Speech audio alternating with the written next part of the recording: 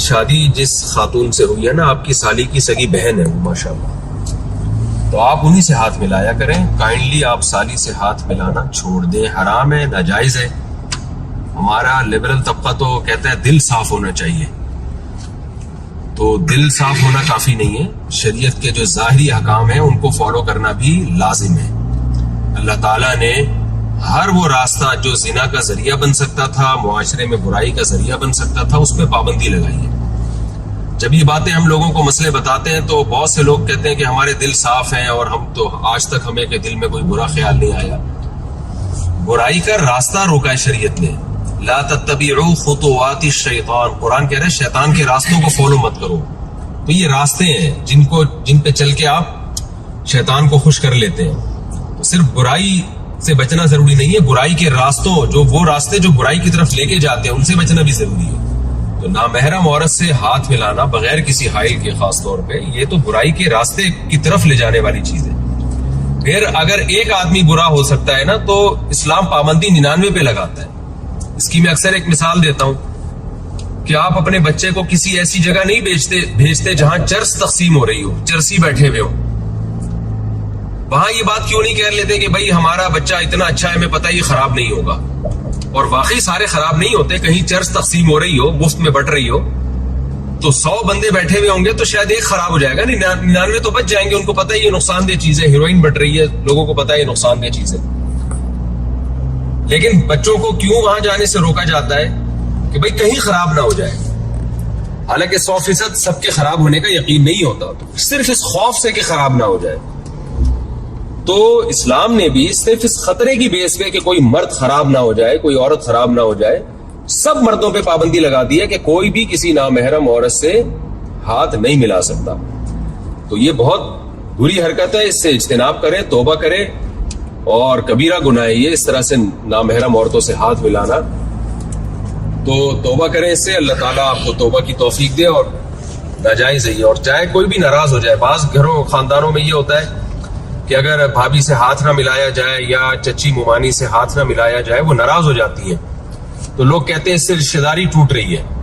کوئی بات نہیں، ناراض ہو جائیں، اللہ کو خوش کرنا پہلے ضروری ہے. حدیث میں لا طاعۃ لمخلوق فی معصیۃ الخالق، مخلوق کی خالق کی نافرمانی میں مخلوق کی اطاعت جائز نہیں ہے. تو رشتہ داری ناراض ہو جائے اور اللہ کو خوش کریں، اس پہ قربانی کا اجر ملے گا. ابراہیم علیہ الصلوۃ والسلام جب بت پرستی کے خلاف آپ نے کام کیا نا، تو رشتہ داروں نے آپ کو یہ تانا دیا کہ اس سے آپ رشتہ داری توڑ رہے ہو، ہمارا کلچر ختم ہو رہا ہے، رشتہ داری ٹوٹ رہی ہے.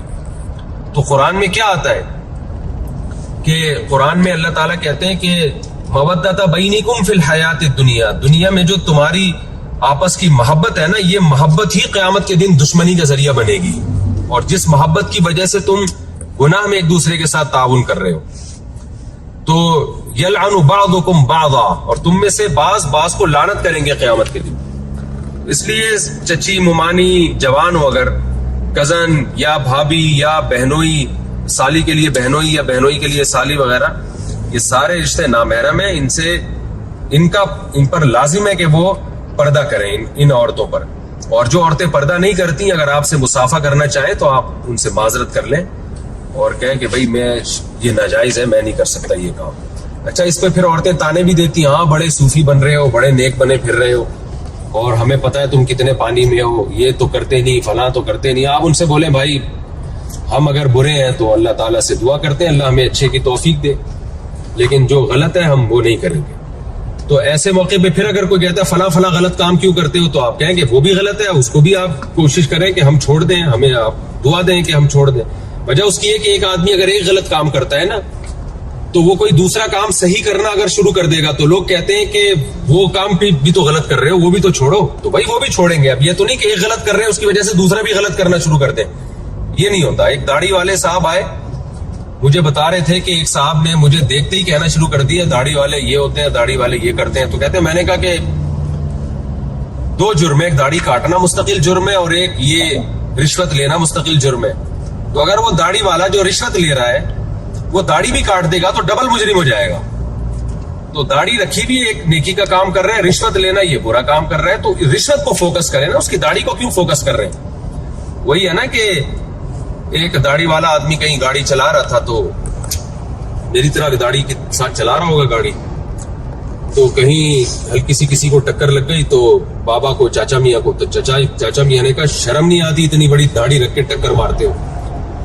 تو وہ کہنے لگا انکل یہ داڑھی ہے, بریک نہیں ہے. تو اس لیے اگر کوئی آپ کو تانا دے, آپ سالی سے, بہن اپنی جو بھابھی وغیرہ سے ہاتھ نہ ملائے.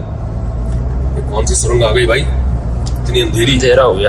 اچھا, اگر کوئی کہے کہ وہ ہاتھ نہ ملائے,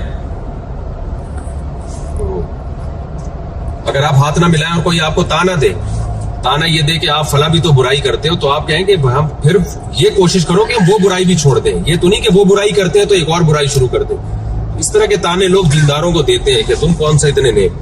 خلاصہ یہ نکلا کہ بالکل حرام ہے, ناجائز ہے, اور معاشرے میں نے اتنی لمبی بات اس لیے کر دی کہ معاشرے میں یہ کلچر فروغ ہو رہا ہے. لوگ کزنوں سے گلے مل رہے ہیں, پرلے درجے کی بے شرمی, بے غیرتی ہے یہ.